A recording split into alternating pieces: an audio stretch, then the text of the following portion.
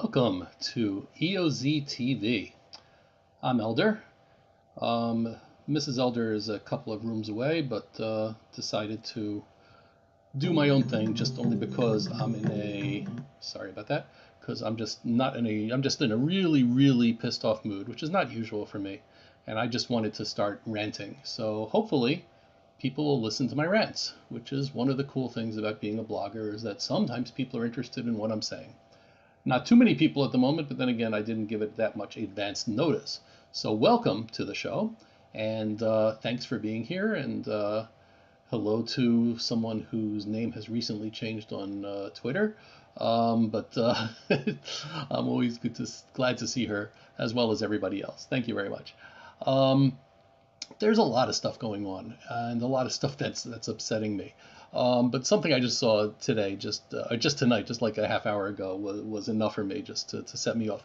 Last week, we all saw what happened last week, and this was the hypocrisy of the world, and this is really what this is about. The hypocrisy is just off the charts. And it's just, sometimes it's just too much for me. I mean, I deal with this every day, and that's what I do in my blog, and usually I can handle it fine because I see a lot of it. However, sometimes it just even gets to me. So we saw a huge dose of hypocrisy and of lies, really, last Friday during the riots that happened on the Har HaBayit, on the Temple Mount. We saw exactly what happened. You could see the coverage. You saw exactly. You read the Times of Israel. They tell you what happened minute by minute. And then you see what happened afterwards. And if you look at the social media, and if you look at the different Twitter accounts that monitor the Arab and Palestinian media, you see what happens. What happened was the Palestinians were incited all week, and I reported it as well. They were incited all week saying that the Jews were going, and they're talking about Israel altogether. They don't distinguish between right wing, crazy right wing, left wing. They don't care about anything. They said the Zionists or Israel are going to go to the Al-Aqsa Mosque to sacrifice a goat. And there was actually one crazy guy with an extraordinarily tiny group following him, who is not respected at all, by the way, by the regular Temple Mount, human rights activists. And he said, yes, I'll give a reward to anybody that manages to smuggle a goat.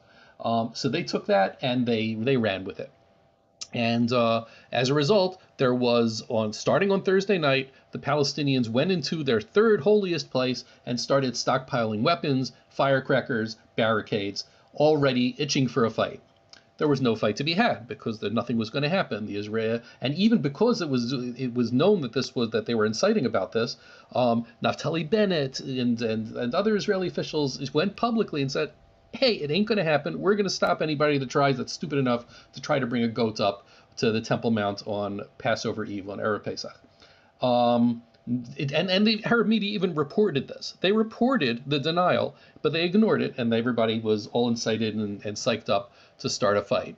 Of course, the Israeli police didn't want to play along, and therefore they started the fight themselves. They went out and they started throwing rocks and firecrackers towards the Israeli police. I don't know the exact. I didn't get to see a very perfect example of what happened, but some of the rocks that they threw towards the Israeli police, who were stationed near the entrance, the Rambam Gate, which is known as the Mugrabi Gate, they apparently threw them towards that, and some of the stones went and actually fell on the Kotel.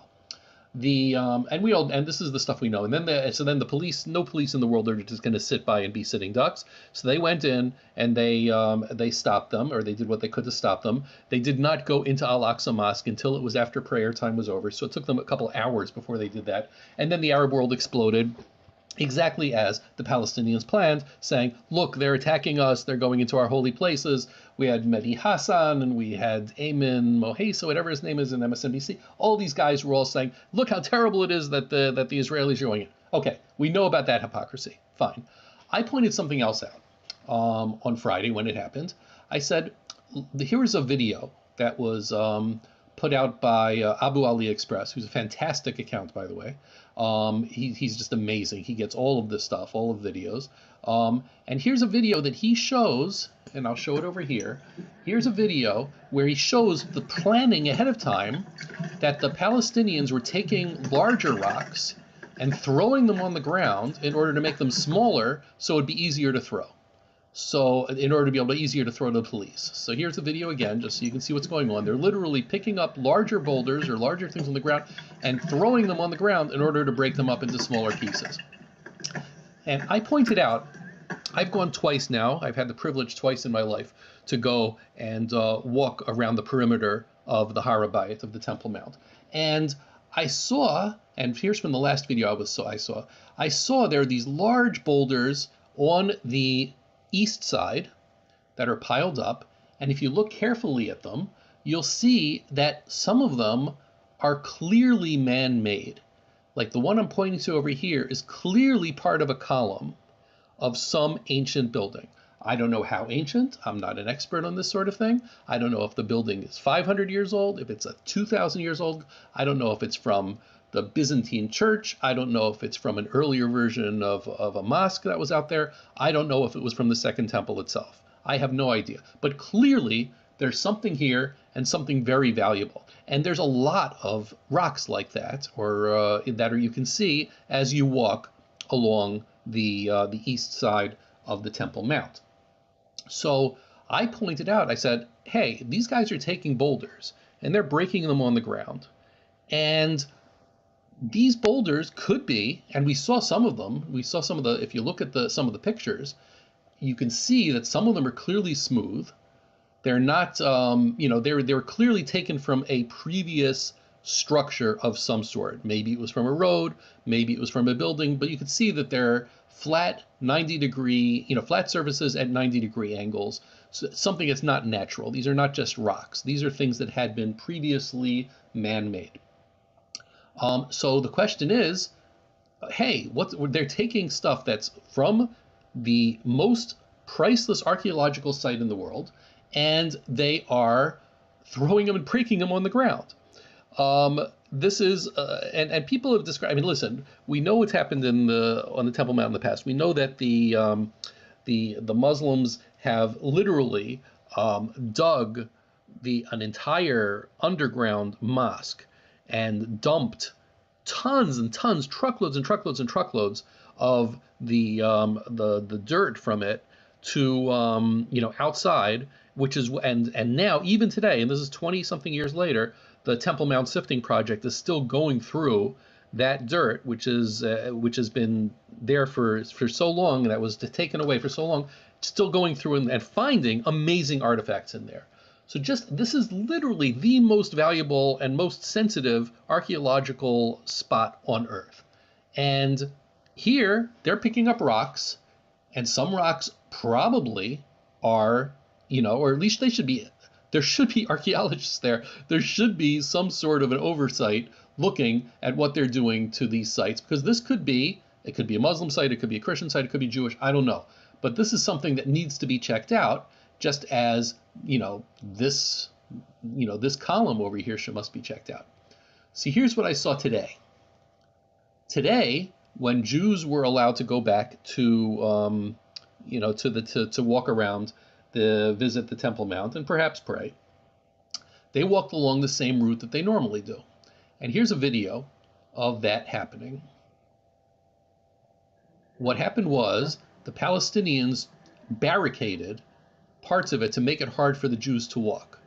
So they threw rocks, and they pretty much took the rocks from the same east side that I was just showing you. They took the rocks and they tried to pile them up into like little walls so that it could block the Jews or make it more difficult for the Jews to walk along. Now, let's stop it here. Look at this one over here. This is not like a brick. This is part of a column. You could look at it. It's clearly, I don't know whether it's the top or the bottom of a column, but it's clearly round, clearly part of a column, clearly ancient. Again, 200 years, 500,000, 2,000, I don't know.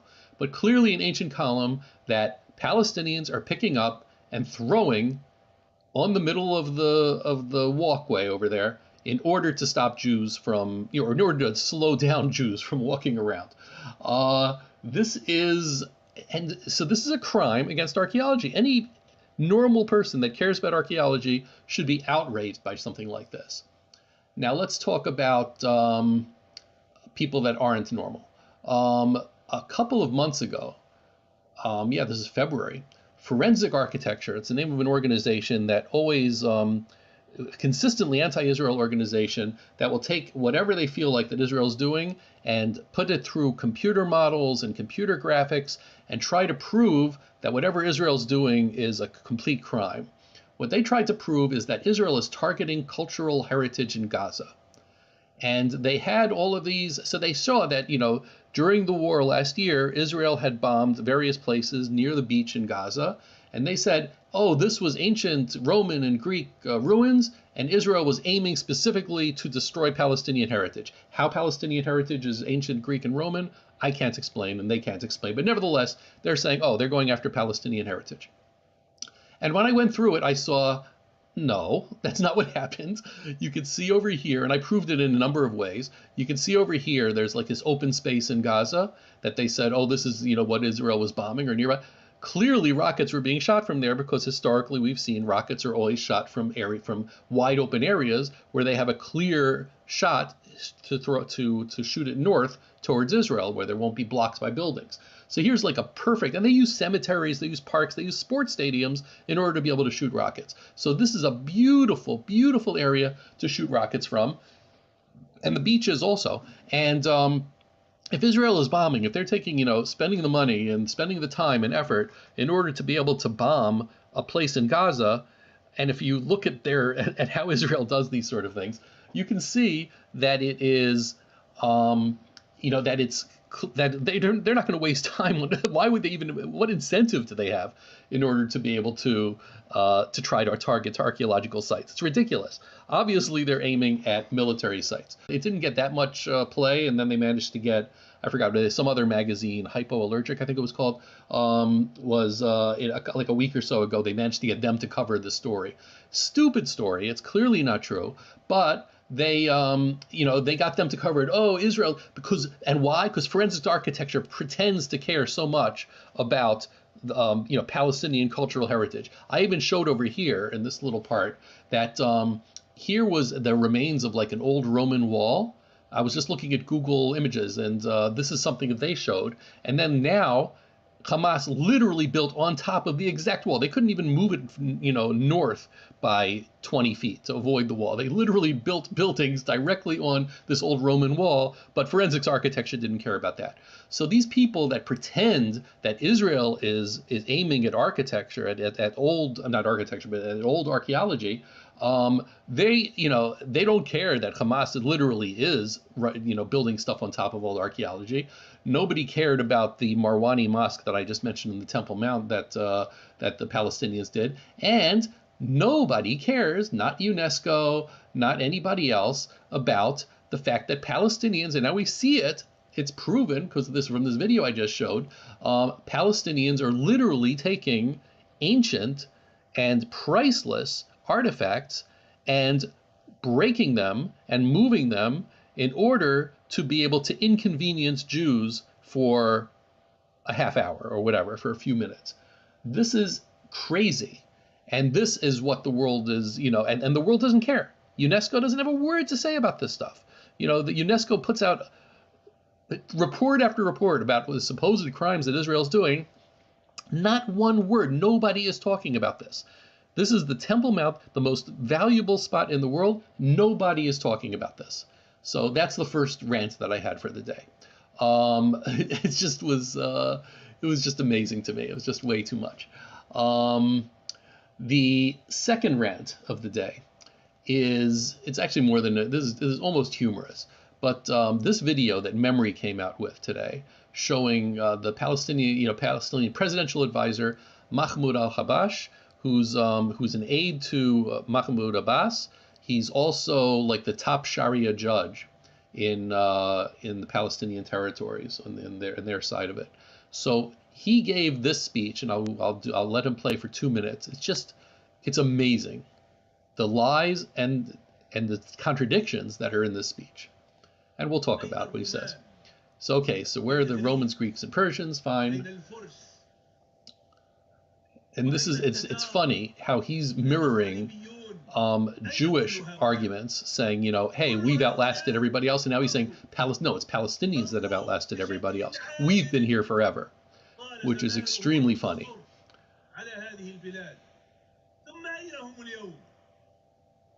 Where are they? And I think the Iranians might not be thrilled that he says the Persians have been run over by history.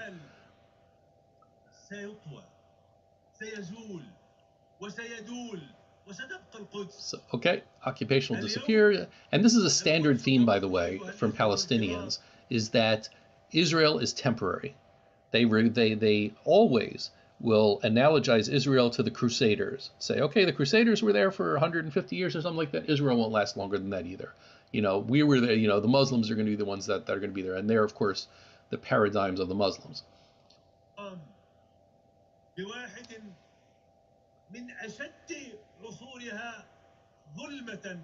Okay, so it's, who's aggressing against Jerusalem? Of course, it's the Jews. The gang that gathered from all corners of the earth, again, the Jews have nothing to do with Israel. So no connection whatsoever. No connection or relation to the land. This is pure anti-Semitism.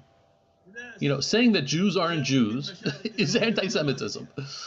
But he's saying it, and he says it all, and this stuff is it's a normal narrative. So they say that God gave this right to Abraham. He goes, hold on, we're the descendants of Abraham.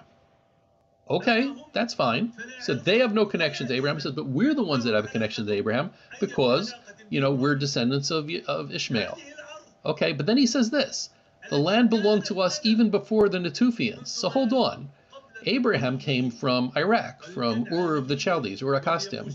And he says, we were here before Abraham was here. We were here before the Natufians were here, before the Canaanites and the Jebusites. Although in other times they'll say they were Canaanites and Jebusites. But now they're saying they were there before. And so, which is it? If you're the descendants of Abraham, then you must have been there. How can you be there before Abraham if you're descendants of Abraham? If you are the descendants, and he even used the word early Palestinians. He says, we were there before the early Palestinians. Oh, really? First of all, I don't know who the early Palestinians are. Secondly, how could Palestinians be there before the early Palestinians? But then thirdly, and he didn't say it here, but it's the same sort of thing in which he says, Palestinians, look at their, at their charter, the PLO charter, or something like that. They very much emphasize, their constitution says, we are Arab, we're part of the Arab nation.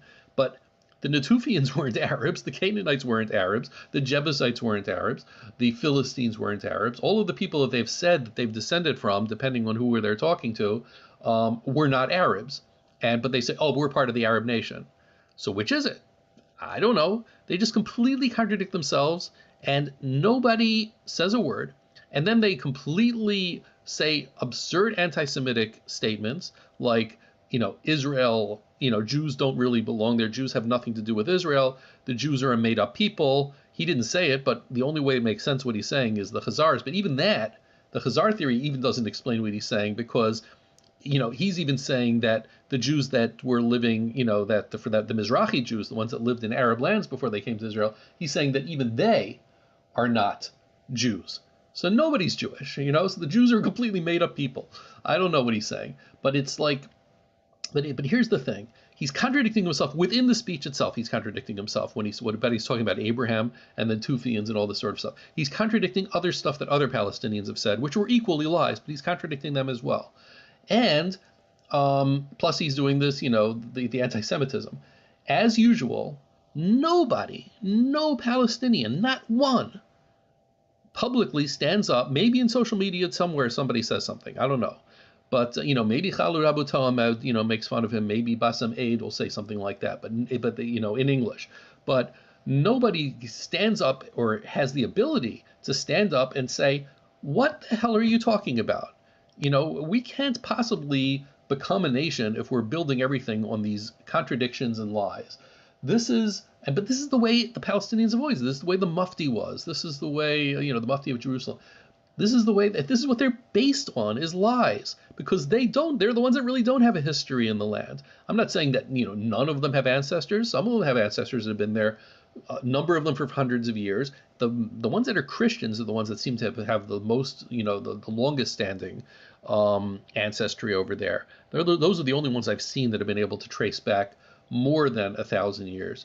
and a lot of those really started off as Jews, um, if they want to go back that far.